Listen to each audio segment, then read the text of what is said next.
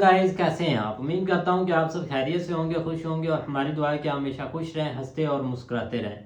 मेरा नाम है रहमान अनवर और मैं हूं मोहम्मद सफीन। और मैं हूं जफर इकबाल। और आज हम जिस वीडियो पर रिएक्ट करने जा रहे हैं, इस वीडियो का टाइटल है इंडिया रिजेक्ट रीचा चड्डा अपोलोजाइज। तो देखते हैं भाई वीडियो। अगर वीडियो पसंद आए तो लाइक सब्सक्राइब जरूर कीजिएगा और कमेंट में अपनी राय का इज़हार जरूर कीजिएगा। तो करते हैं वीडियो स्टार्ट।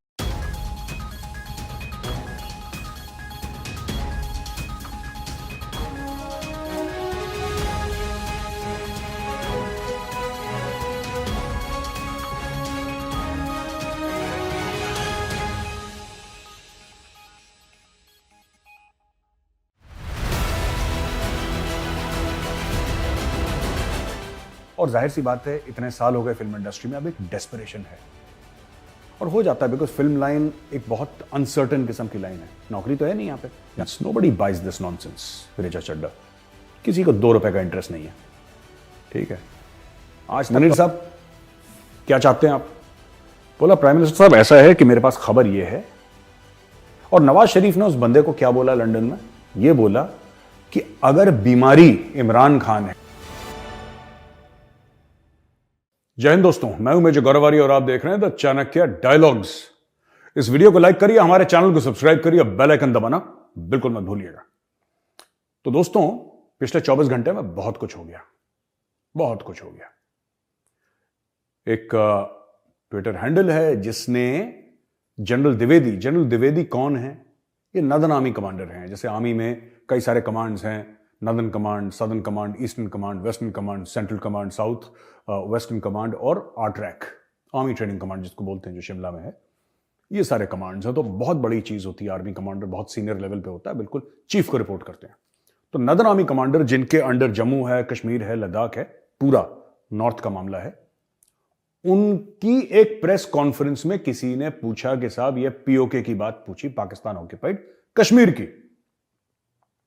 तो उसके जवाब में कि साहब आप इसके बारे में क्या प्लान है, और क्या प्लान क्या होने हैं उसके बारे में यार, पाकिस्तान ऑक्यूपाइड कश्मीर के बारे में प्लान क्या होने हैं।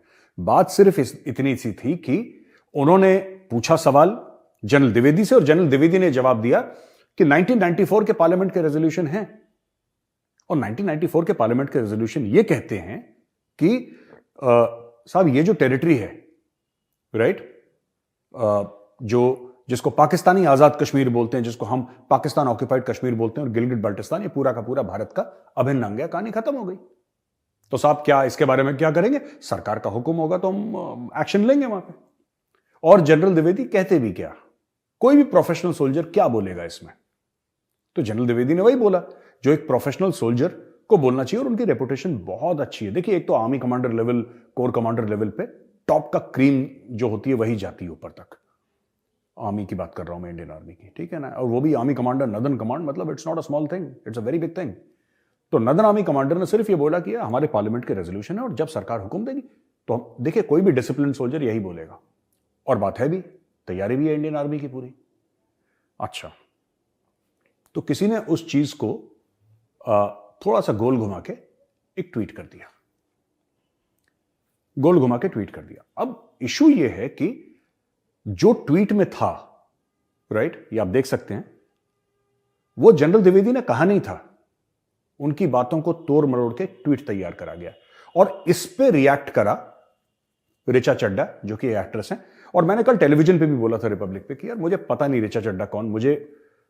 मैंने फिर गूगल करा, तब मुझे पता लगा। मुझे ये पता लगा कि ये गैंग्स ऑफ वासेपुर में सरदार खान की पहली वाइफ थी। तब मुझे शक्ल से मैं कोरिलेट कर पाया। मुझे नहीं पता था ये कौन है ऋचा चड्ढा ना। तो ऋचा चड्ढा ने उसके ऊपर रीट्वीट कर दिया, गलवान सेज हाय। अब इसका मतलब क्या है? अब लोग इसको कुछ लोग टेलीविजन डिबेट में इसको बीजेपी से, वो जो टीवी पर भी आते हैं ना, जो स्पोक्स पर्सन पॉलिटिकल पार्टीज के, तो उनका एक माइंडसेट होता है, वो हर चीज को पॉलिटिक्स से जोड़ते हैं क्योंकि उनको और कुछ आता नहीं है। और उनकी गलती भी नहीं है, उनकी गलती भी नहीं है। गलवान की बात कर लीजिए, वो भी कांग्रेस बीजेपी का मामला हो जाएगा, ठीक है। अगर आप मंगोलिया की बात कर लीजिए, वो भी कांग्रेस बीजेपी का मामला हो जाएगा, क्योंकि उनकी समझ बहुत छोटी होती है इस मामले में ना। दे और हर चीज को देखिए, बात ये होती है कि जब भी कोई इंसान प्रॉब्लम में फंसता है तो जो फेमिलियर एरिया है, जो चीज है जिसके बारे में उसको थोड़ा बहुत ज्ञान है, वहां पे कॉन्वर्सेशन खींच के ले जाने की कोशिश करता है। वरना अगर आप प्योर मिलिट्री कॉन्वर्सेशन करेंगे गलवान के ऊपर, तो इनको क्या समझ में आने वाला है? जो टीवी पर आते हैं इनको तो पता नहीं है, ना कभी गए वहां पे, ना इसके बारे में स्टडी करी, ना कोई एक्सपोजर है। तो हर चीज को फिर वो एक पॉलिटिकल एंगल से देखते हैं। खैर, ऋचा चड्ढा ने गलवान से इजहार बोल दिया। जाहिर सी बात है, जो हमारे शहीद थे, जो वीरगति को प्राप्त हुए थे वहां पे, कर्नल बाबू थे, महावीर चक्र, और भी हमारे 20 जो भाई थे, उनकी इंसल्ट थी, उनकी बेइज्जती करी ऋचा चड्ढा ने। तो इसके ऊपर जबरदस्त सा रिएक्शन आया। पॉलिटिकल पार्टीज बीच में घुस गई, सिविल सोसाइटी बीच में घुस गई, और कुछ बॉलीवुड के लोग भी, अक्षय कुमार ने बोला, अशोक पंडित ने बोला, अशोक पंडित जी ने इसके ऊपर तो रिपोर्ट भी लिखवाई पुलिस थाने में, और काफी कुछ हुआ इसके ऊपर। बात यह है कि ऋचा चड्ढा ने ऐसा बोला क्यों? कारण क्या था ऋचा चड्ढा का बोलने का? What was the need for her to talk? मुझे ऐसा लगता है कि सक्सेस नहीं मिला फिल्म इंडस्ट्री में, राइट? लोग जानते भी नहीं हैं, और जाहिर सी बात है इतने साल हो गए फिल्म इंडस्ट्री में, अब एक डेस्परेशन है, और हो जाता है बिकॉज फिल्म लाइन एक बहुत अनसर्टेन किस्म की लाइन है। नौकरी तो है नहीं यहां पे 1 तारीख को आपको तनख्वाह मिल जाएगी। It's not like that. आपको पिक्चर मिली, नहीं मिली, अगर पिक्चर मिली तो पिक्चर काम करी, नहीं करी, अगर पिक्चर काम करी तो ठीक है, नहीं काम करी तो फिर उसके बाद इंडस्ट्री का क्या रिएक्शन है आपके खिलाफ या आपके लिए, आपको आगे काम मिलेगा। तो बहुत इनसिक्योरिटी में पले बड़े लोग ये रहते हैं, ज्यादातर लोग। तो ऋचा चड्ढा ने एक बयान दाग दिया, गलवान सेज हाय। कहने का उसका यह मतलब था कि साहब, आप पाकिस्तान ऑक्यूपाइड कश्मीर के बारे में तो बड़ी बड़ी बातें कर रहे हैं, लेकिन आप चाइना के बारे में तो कुछ नहीं कहते। तो गलवान सेज हाय, ये ऋचा चड्ढा का कहने का मतलब था। कल मैंने ट्वीट भी करा था, उस ट्वीट को काफी ट्रैक्शन मिला, लेकिन कोई जवाब नहीं आया कि साहब इसका मतलब क्या है। Richa Chadha has not responded and it's all right, ठीक है, कोई बात नहीं। देखिए, बात यह है कि ऐसी बातें आपको नहीं करनी चाहिए जिस बात के ऊपर आपकी समझ ना हो। कुछ फिल्म इंडस्ट्री में लोग हैं, कुछ जो कि सचमुच इंटेलेक्चुअल्स हैं, who are very smart, who are very, जिसको कहते हैं ना, उनका पढ़े लिखे लोग हैं, एक्सपोजर है, लेकिन ज्यादातर लोग बैल बुद्धि हैं वहां पे। They have no clue, and the problem is when ज्यादातर these young people in the industry, जो बुजुर्ग में उनकी बात नहीं कर रहा, young people in the industry, when they start thinking of themselves,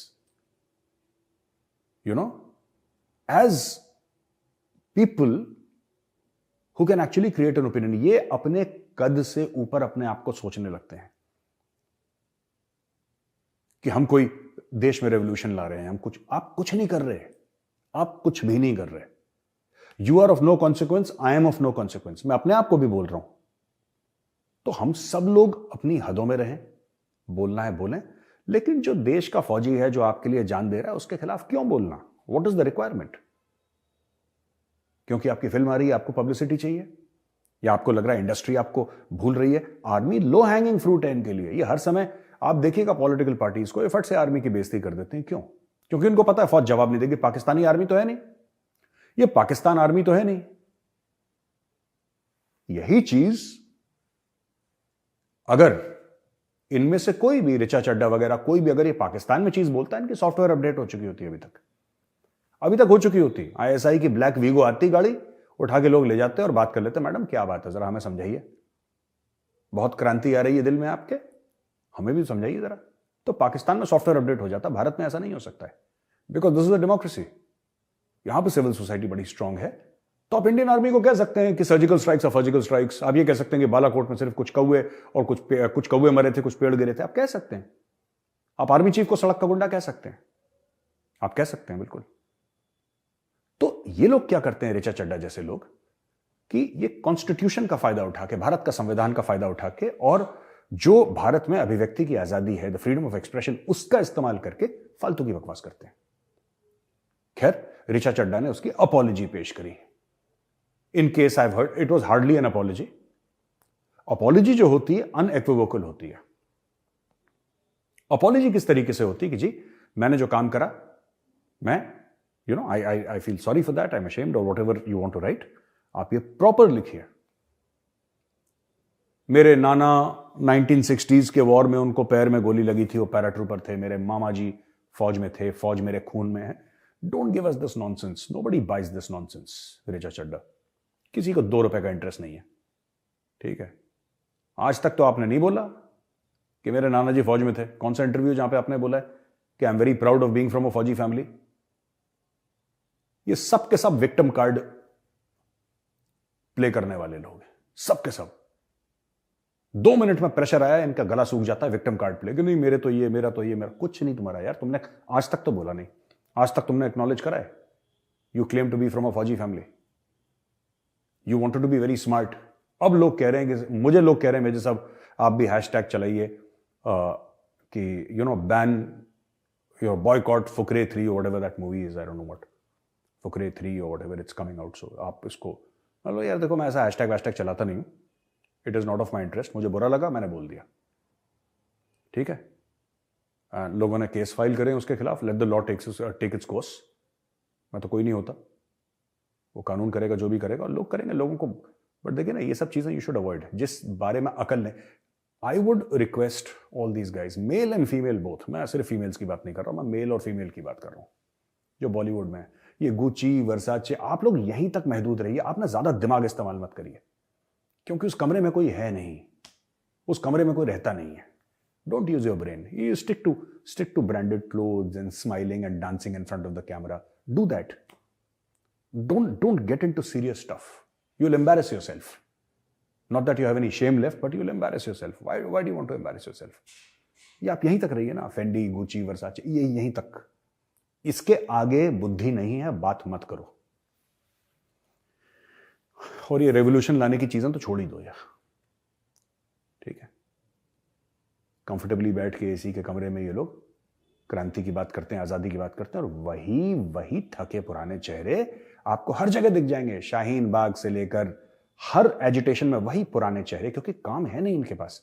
आपने कभी देखा है शाहरुख खान को, सलमान को, आमिर खान को? आमिर खान तो खैर कभी कभी वो हवा में फायर कर देता है, बिकॉज उसको भी अपने इंटेलेक्चुअल होने की बहुत बड़ी गलतफहमी है। लेकिन आप कभी नहीं देखा होगा शाहरुख के सलमान को ऐसी बात करते हुए। आपने कभी नहीं देखा होगा अजय देवगन, ऋतिक रोशन, अक्षय कुमार को ऐसी बात करते हुए। They don't talk. Ranveer Kapoor, Ranveer Singh, they don't talk. Even the actresses. Deepika एक बार गलती से चली गई थी बेचारी, फंस गई जेएनयू जाके, ऐसी हवा टाइट करी लोगों ने कि उसके बाद जेएनयू का रास्ता ही भूल गई वो। कटरीना कैफ और हूएवर दीज एक्ट्रेसेस आर, मतलब मुझे 5, 6, 7 नाम पता है इंडस्ट्री के, मैं ज्यादा फिल्में देखता नहीं। ये सब इनकी, अब ये कभी कमेंट नहीं करते ऐसे, कभी वंस इन अ वाइल को हो गया, ये कभी कमेंट नहीं करते।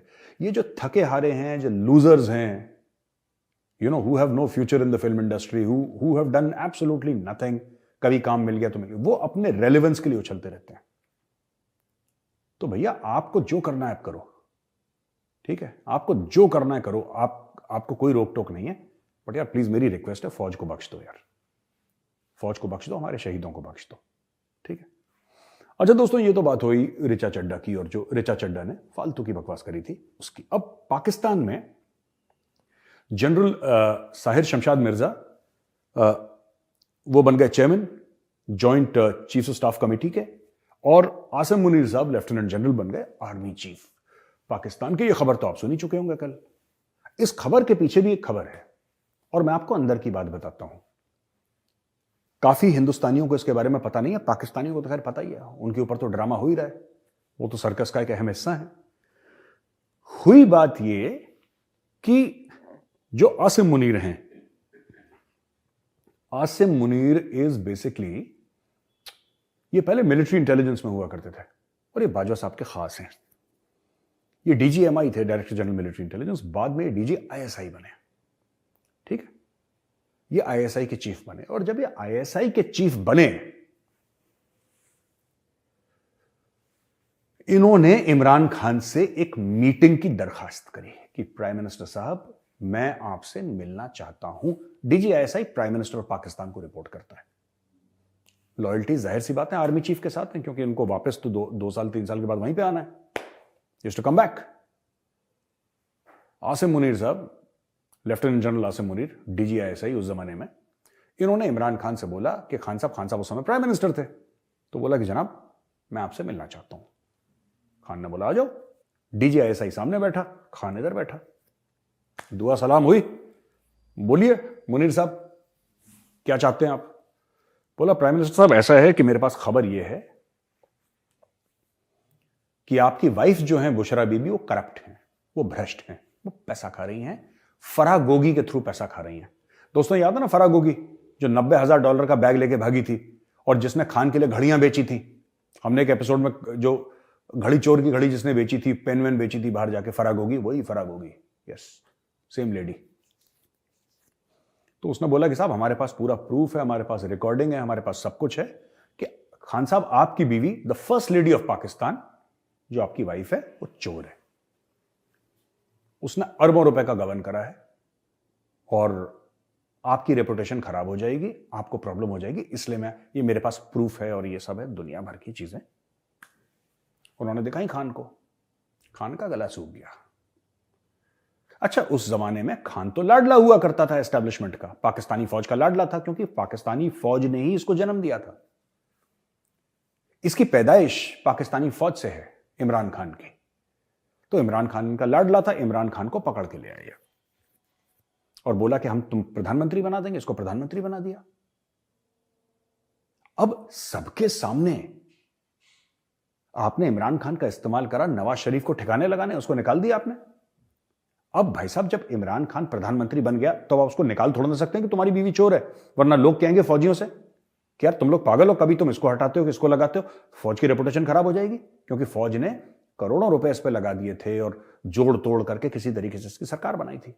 इमरान खान को आ गया गुस्सा, क्योंकि आसिम मुनीर ने उसकी बीवी को उसके मुंह पर चोर कह दिया, बोला कि तेरी बीवी चोर है और ये प्रूफ है, ये पैसा खाती है और अपने दोस्त के थ्रू पैसा खाती है। इमरान खान तो अपने आप को साफ बताता था सबके सामने, नवाज शरीफ डकैत है, ये डकैत है, वो डकैत है, बस मैं ही सादिक और अमीन हूं, मैं ही साफ हूं। पर ISI को यह पता लग गया कि असल में इमरान खान भी बहुत बड़ा चोर है, लेकिन वो डायरेक्टली नहीं खाता, अपनी बीवी से खाता है। उसकी बीवी लोगों से पैसे पकड़ती है ट्रांसफर पोस्टिंग में और 10 और चीजों में पैसे पकड़ती है। वो आसिम मुनीर को इमरान खान ने जनरल बाजवा के ऊपर प्रेशर डाला और उसको निकाल दिया। आई थिंक 8-9 महीने ही रहे थे वो, मेरे से, I could be wrong, but Asim Munir साहब सिर्फ 8-9 महीने DGISI रहे, साल से कम रहे, इतना मुझे पता है। और उनको निकाल के फेंक दिया बाहर और बोला कि नहीं, ये आदमी गलत है, इसको निकालो, इसको। खान पीछे पड़ गया, बच्चों जैसी जिद तो करता ही, वो सड़क पे लेट गया वो। अब फौज क्या करती, फौज ने चेंज कर दिया और बन के आ गया उसके बाद फैज हमीद, जो इमरान खान का खासुल खास था। और इमरान खान की बीवी ने उसके बाद खूब चोरियां करी, जबरदस्त चोरियां करी। उसके बाद ये घड़ी वड़ी बेची, पता नहीं अभी तो और निकलेगा क्या क्या नहीं बेचा हुआ इमरान खान ने, ठीक है। इशू ये हो गया कि उसको कोने कर दिया इमरान खान ने। अब इमरान खान की चली गई कुर्सी, अप्रैल में इमरान खान की कुर्सी चली गई और शहबाज शरीफ बन गया प्राइम मिनिस्टर। सोचिएगा, कड़ी देखिए आप, इमरान खान की कुर्सी गई, शहबाज शरीफ बन गया प्राइम मिनिस्टर। और आर्मी चीफ के बारे में अफवाह गर्म होने लगी, कौन बनेगा कौन बनेगा, जनरल मुनीर बनेगा, जनरल मिर्जा बनेगा या फैज हमीद।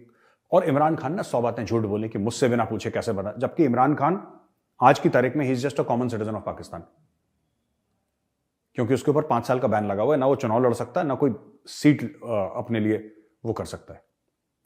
वो मेंबर ऑफ पार्लियामेंट भी नहीं है पाकिस्तान का, मेंबर ऑफ नेशनल असेंबली बोलते हैं वहां पे पाकिस्तान में, वो कुछ नहीं। लेकिन मैं इमरान खान हूं, लोगों को सड़क पे ले आया, ब्लैकमेल करने लगा सरकार को, सब कुछ करा इमरान खान ने और भारत के लिए बहुत अच्छा था इमरान खान।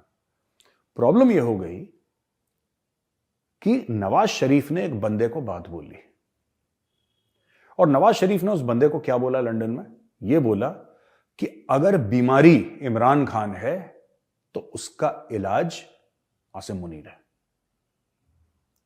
ऐसा क्यों बोला? क्योंकि आसिम मुनीर, इमरान खान ने उसको जलील करा था, इसको निकाला था इस DGISI, इसने इसको बाहर कर दिया था, इसका करियर बर्बाद कर दिया था। वही आसिम मुनीर पाकिस्तान का आर्मी चीफ बन रहा है, प्रेसिडेंट आरिफ अलवी ने साइन कर दिया है, सब कुछ हो चुका है। अब वो इमरान खान को ठिकाने लगाएगा। यह बात है दोस्तों, इमरान खान की बीवी निकली चोर, आसिम मुनीर ने पकड़ लिया, इमरान खान ने उसको आउट करवाया, आसिम मुनीर वापस आया, इमरान खान तब तक आउट हो चुका था। अब ये इमरान खान की ताबूत में कीलें ठोकेगा। और यही नवाज शरीफ की स्ट्रैटेजी थी कि अगर बीमारी इमरान खान है तो उसका इलाज आसिम मुनीर है, और आसिम मुनीर आ जाएगा 29 तारीख से इमरान खान का इलाज करेगा। अच्छा दोस्तों, और भी चीजें हैं 2-3 मैं आपको बताना चाहता हूं। पाकिस्तानियों का, कई पाकिस्तानी थे जो इमरान खान जिंदाबाद, इमरान खान हमारी जान, इमरान खान फलाना, इमरान खान ढिमका, खूब। जब से आसिम मुनीर का डिक्लेरेशन हुआ है कि वो आर्मी चीफ बनेगा और प्रेसिडेंट आरिफ अलवी ने उन ऑर्डर्स पे साइन कर दिया है, ये लोग पलट गए भाई। ये जो ट्विटर पे, मैं उनका नाम नहीं लूंगा, ये जो ट्विटर पे जाके गालियां देते थे, ये जो ट्विटर पे जाके रोज फौज को गालियां देते थे, आज की तारीख में ये तलवे चाट रहे हैं आसिम मुनीर के, क्योंकि इनका नया बाप आ गया है यार।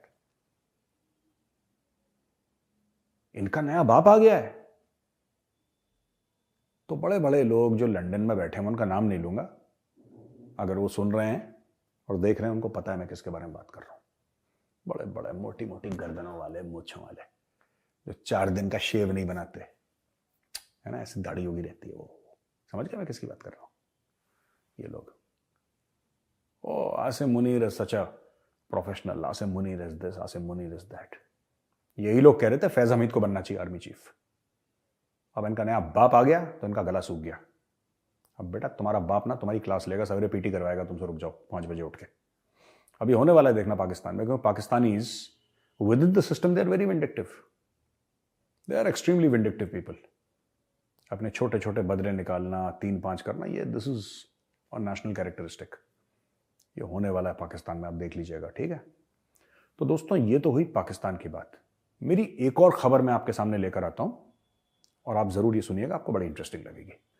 तो दोस्तों ये जो जनरल द्विवेदी है, नदर आर्मी कमांडर, उन्होंने जो रिमार्क्स करे थे, आईएसपीआर बड़ा दुखी हो गया, और आईएसपीआर ने ट्वीट पे ट्वीट, ये पूरा पाकिस्तानी फौज तो ट्विटर पे ही चल रही है, ठीक है। तो ये हम दिखा देंगे, ये कर देंगे, वो कर देंगे, ईंट का जवाब पत्थर से देंगे, पत्थर का जवाब ईंटे से देंगे, ईंटे का जवाब पहाड़ से देंगे, पहाड़ का हम आसमान से देंगे। ये सब बकवासबाजी आईएसपीआर ने शुरू कर दी, ठीक है। इंडिया से कोई रिस्पॉन्स नहीं है। देखिए भारत को जब कुछ करना होगा भारत कर देगा, पर आईएसपीआर कल बड़ा दुखी हो गया, और मैं आपको एग्जैक्टली बताता हूं आईएसपीआर ने बोला क्या। ये बड़ी जरूरी है ये बातें, और बड़ी मजेदार भी हैं दोस्तों, आप ये देखिएगा। ये दोस्तों ये डीजी आईएसपीआर का स्टेटमेंट है। Taking control of parts of Azad Kashmir is an apt manifestation of Indian army's delusional mindset. Parts of Azad Kashmir नहीं बोला, पूरा पीओके और पूरा गिलगिट बाल्टिस्तान बोला था नदर आर्मी कमांडर ने। एक तो तुम लोगों को ये नहीं पता कि हम लोग क्या लेने वाले हैं तुमसे, फिर कहोगे बाद में साजिश कर दी। कोई साजिश नहीं है यार, मुंह पे बोल रहा है आर्मी कमांडर, हो भी जाएगा ये। The unwarranted statement of a high-ranking Indian Army officer concerning Azad Jammu and Kashmir is an apt manifestation of Indian Armed Forces' delusional mindset and showcases the vivid imprint of domestic political showboating on Indian military thought. Acha, this is the sum total of all the English that the Islamic Republic of Pakistan knows. Now, इससे ज्यादा अंग्रेजी वहां पे नहीं, इन्होंने सारी इकट्ठा करी, सब खोला, आसिम भाई आप भी आ जाओ, शहबाज भाई आप भी आ जाओ, सबसे इकट्ठा करके जो 4-5 शब्द थे उनको जोर मड़ोड़ के ट्वीट बना दिया। इसके ज्यादा इनके बस का नहीं है। डिल्यूजनल में, इसमें डिल्यूजनल क्या, हमारे पार्लियामेंट के रेजोल्यूशन है यार, इसमें आर्मी कहां से डिल्यूजनल हो गई। हमारी पार्लियामेंट ने बोला है आपको वापस लेना है, जब वक्त होगा हम वापस ले लेंगे, इसमें क्या दिक्कत है। What is the problem, what is the problem. तो बड़ा चिढ़ गए। लेकिन दोस्तों जब हमने 370-35 से भी हटाया था, तब भी इनका सारा अटैक ट्विटर पे ही था। अब पाकिस्तानी फौज, आपने देखा ना बाजवा कितना बड़ा चोर निकला। हम तो कह रहे थे, मैंने खुद बोला था Bajwa is statesman like in his conduct, और ये वो दुनिया भर की चीजें, मैंने कितनी तारीफ करी बाजवा की, लेकिन एंड में क्या निकला, चोर। फिर तो ये लोग क्यों लड़ेंगे भारत से यार, ये क्यों लड़ेंगे भारत से, ये भारत से क्यों लड़ेंगे, इनके धंधे रुक जाएंगे भारत से लड़ेंगे तो। ये लड़ना वड़ना नहीं चाहते, इसलिए तो हाफिज सईद पाल रखा है इसने, मौलाना मसूद अजहर क्यों पाल रखा है, इसीलिए पाल रखा है कि जी भारत से ना लड़ना पड़े और हम लोग अपने धंधे करें। ये प्लॉट घेरते हैं। ये देखिए जनरल बाजवा की प्रॉपर्टी की लिस्ट, ये देखिए। और भाई अगर भारत से कोई लड़ेगा तो इतनी प्रॉपर्टियां कैसे बनाएगा। और आखिरी में शहबाज शरीफ जा रहे हैं टर्की, पहुंच भी गए होंगे इस बार बड़ा वाला कटोरा लेके। अब किसी ने अंदर पाकिस्तान में बात करी होगी कि भाईजान 3-4 महीने हो गए, अब तो गए नहीं टर्की, अब टर्की को दोबारा जाना है, भीख मांगनी है टर्की से, और टर्की के पास भी नहीं है पैसा, लेकिन ये फिर गए वहां पे कि हम लोग दोनों मुसलमान मुल्क हैं और मुसलमान होने के नाते आपको हमारी मदद करनी चाहिए, यही कहने के लिए वहां पे गया। और नेवी के लिए कुछ बोर्ड शोर्स बनाई हैं उन्होंने, जो टर्की ने बनाई हैं उसको लेने के लिए, बट असल में गया भीख मांगने के लिए, क्योंकि नेवी की बोट के लिए भी इनके पास पैसा तो है नहीं। ऐसा तो नहीं कि पाकिस्तान उनको पैसा दे रहा है, कुछ हार्ड कैश दे रहा है, हार्ड कैश है नहीं इनके पास। टोटल इनके फॉरेन एक्सचेंज रिजर्व है 7.9 billion US dollars. 7.9 billion US dollar से ज्यादा इनके पास पैसे नहीं है। So that is the sum total of what these people are doing. Shahbaz Sharif गया टर्की भीख मांगने के लिए, कुछ ना कुछ लेकर आएगा। मैं आपको बता रहा हूं, ये बंदा खाली हाथ नहीं आता, कुछ ना कुछ लेकर आता है। या तो पाकिस्तान के लिए लेकर आएगा या अपने खानदान के लिए लेकर आएगा, कुछ ना कुछ जरूर लेकर आएगा। ये प्रोफेशनल भिखारी है। तो दोस्तों, यहां पे वीडियो खत्म होता है। इस वीडियो को लाइक करिए, हमारे चैनल को सब्सक्राइब करिए अगर आपने नहीं करा हो, और बेल आइकन दबाना बिल्कुल मत भूलिएगा। जय हिंद। गाइस, तो जैसा कि आप वीडियो देख रहे थे, तो बिल्कुल अगर सबसे पहले बात की जाए रिचा चड्ढा की, तो बिल्कुल वो सबसे पहले तो हम इस चीज़ को बहुत गलत बोलते हैं कि भाई जो हम आर्मी पर बोलना होता है ना, वो भी जो भाई शहीद हुए हुए हैं, जिन्होंने अपने मुल्क के लिए अपनी जान दी है भाई, क्योंकि उनके लिए ऐसे लफ्ज़ बोलना भाई कोई मुनासिब नहीं समझा जाता। चाहे वो हमारे एक दुश्मन कंट्री है, चाहे वो हमारे जो भी है, लेकिन एक फ़ौज के लिए जिन्होंने अपनी जान दी है, उनके लिए भाई ऐसे लफ्ज़ नामुनासिब होते हैं। कभी भी ऐसे लफ्ज़ ना इस्तेमाल करें भाई। उस वक़्त जब ये हमला हुआ था, तो उस वक़्त भाई उनके घर वालों से आप पूछें, या उस आर्मी से पूछें, या उन नौजवानों का जो माँ बाप थे उनसे पूछें कि उन पर भाई क्या गुजरी थी। बहुत इस चीज़ का दुख हुआ, हमें भी गलत तो किया है। बिल्कुल ये एक टारगेट करना आर्मी को, ये एक गलत चीज है। गलत चीज़ बहुत अब भाई। अपोलो गाइस जिस तरह वो कर रही है, तो उसके अंदर तो वही चीज है ना जो उसने मतलब उसका ज़हन बना हुआ है। ज़हन बना हुआ है, बिल्कुल तो भाई। पता चलो कम से कम उसका पता तो चल गया ना कि इसके ज़हन में क्या है। बाकी फेम की बात करें तो इतनी फेम तो ऑलरेडी उसके पास नहीं है, तो अब तो उसका कैरियर तबाह, या मुझे नहीं लगता उसका कैरियर आगे मजीद बेहतर भाई होगा। कैसे बनेगा जो हाँ। अपने आर्मी के खिलाफ उन्होंने ऐसे लफ्ज बोले हैं, क्या उसको कोई भाई सुनना पसंद करेगा या देखना पसंद करेगा? भाई बिल्कुल भी नहीं, ऐसा हो ही भी नहीं सकता। इसीलिए भाई ऐसे लफ्ज नामुनासिब हैं, हम इस चीज़ को नहीं भाई मानते कि ऐसा, ये बहुत गलत चीज़ है भाई। तो ऐसे लफ्ज आर्मी के लिए कभी नहीं इस्तेमाल करने चाहिए भाई। नहीं होगा, बाकी उनका ये कोई कि इंटरनल मामला, ये काफ़ी ट्विटर पर भी चला हुआ है उसका, लेकिन जो भी है उसने माफिया मांग लिया, हो जाती है गलती या मिस्टेक, लेकिन ऐसा नहीं करना चाहिए और ऐसी स्टेटमेंट नहीं देनी चाहिए किसी के ऊपर, किसी मुल्क के ऊपर। मैं तो मेजर साहब को भी बोलता हूँ कि अपनों का बहुत दुख होता है, आप हर रोज़ दूसरों कंट्रियों के बारे में तो बोलते रहते हैं, फौज या एस्टेब्लिशमेंट के बारे में, आपको भी थोड़ा सा ध्यान मतलब के देना चाहिए, क्योंकि बंदा वही नसीहत करता है कि जो खुद एक एक पाक हो या शफा हो। लेकिन देखा जाए गुस्सा सबको आता है, लेकिन उसको नहीं ऐसे स्टेटमेंट देने चाहिए, क्योंकि वो बेचारे एक मुल्क के लिए जो शहीद होता है ना, उस पर तो एक बात करना भी एक गुनाह ही आप समझ लें। बर्दाश्त नहीं होता, दिल करता बंदा उसको जाकर एक खोपड़ी उड़ा दे उसकी। तो रही अब इमरान खान की बात, तो ये अब फिर एक खिचड़ी पक रही है। कल इमरान खान साहब हमारा चीता निकल रहा है, तो देखते हैं भाई क्या होगा एक टांग पर। मेरी एक टांग नकली है, क्रिकेट का बहुत बड़ा खिलाड़ी है। बड़ा खिलाड़ी हूँ। और देखो भाई अब क्या होता है, क्योंकि एक पिंडी में अब कल अवाम का एक बहुत बड़ा समंदर आएगा इमरान खान साहब के वाह जी साथ, लेकिन स्कूटी भी काफ़ी हैवी है उनकी। तो एक अब देखा जाए तो नया आर्मी चीफ भी बन गया, लेकिन लोगों का वही माइंड सेट है कि आर्मी चीफ है, सब कुछ हैंडल करता है। ऐसा कोई नहीं है, अवाम डिसाइड करती है जिसको आना है जिसको नहीं आना चाहिए, और अवाम ही अब डिसाइड करेगी। लेकिन देखा जाए तो इमरान खान साहब पहले तो पता नहीं मेजर साहब के बहुत प्यारे थे, लेकिन 2 दिन से पता नहीं क्या हुआ है, क्या एक इन्होंने सूंघी हुई है बला कि इमरान खान साहब को मतलब कि वो ऐसा वैसा पुरानी आदतों पर आए हुए हैं। लेकिन ऐसा कुछ भी नहीं है। आसमान से अगर शैतान भी उठ जाए, इमरान खान को हाथ लगाएगा ना, तो हम उसको लाहौर की सड़कों पर दुड़ा कर मारेंगे। तो ऐसा वैसा कोई मामला नहीं है, कोई इतनी जुर्रत कल नहीं ये है भी जा रहा है भाई, आप ना जाना। नहीं, मैं भी जाऊंगा, एक दिन जाऊंगा, क्यों, लेकिन ऐसा कोई भी नहीं है इधर, इतने भी मतलब कि रूल या इतना लो लेवल भी नहीं है। लोग जानते हैं अपनी हद, और अपनी हद में सब रह कर करते हैं। उसको भी एहतजाज की एक मतलब कि कॉल भी है भी, और उन्होंने इजाज़त भी दी है। पहले फिजाबाद, क्या है उसका नाम है, फैज़ाबाद। फिजाबाद आपने आप ना जाना भाई, नहीं फैज़ाबाद, आपकी एंट्री हो गई और भाई। फैज़ाबाद भाई नाम बोल लिया आपने, मुझे बताया। नहीं मैं बोल रहा हूँ कि आपकी भाई एंट्री होगी आपको। अच्छा आप बताओ किधर है? भाई वह है पिंडी में। हाँ पिंडी में ही है, सारी पिंडी में ना है, आप जगह बताए ना। भाई पिंडी में फैजाबाद अब क्यों मेजर ऐसी साहब ने जगह जिस बताओ तरह भाई? आसम मुनीर साहब जो हमारे नए आर्मी चीफ है, नए न्यू आप कह ले कि एक करोड़पति की एंट्री उन्होंने ली है। कब तक देखो वो करोड़पति होते हैं। नहीं उसके भाई उनके बहुत पास अच्छे हमारे आर्मी चीफ 2025 हैं, वो कभी सारे नहीं अच्छे ही उसको होते भाई हैं। बोलेंगे हाँ, ना भाई।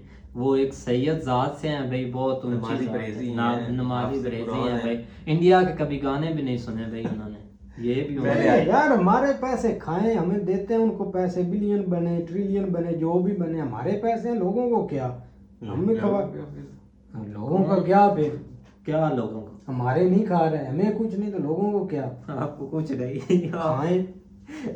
फिर खुद इमरान पर खान खाएं। सपोर्ट क्यों कर रहा है? हाँ? वो इनके खिलाफ ही जा रहा है जो करप्शन करते किन के खिलाफ जा रहा है? हैं, जो करप्शन कोई नहीं वो करप्शन कर रहा है, जिनके किसी के खिलाफ नहीं जा रहा। वो तो प्राइम मिनिस्टर बनना चाहता है।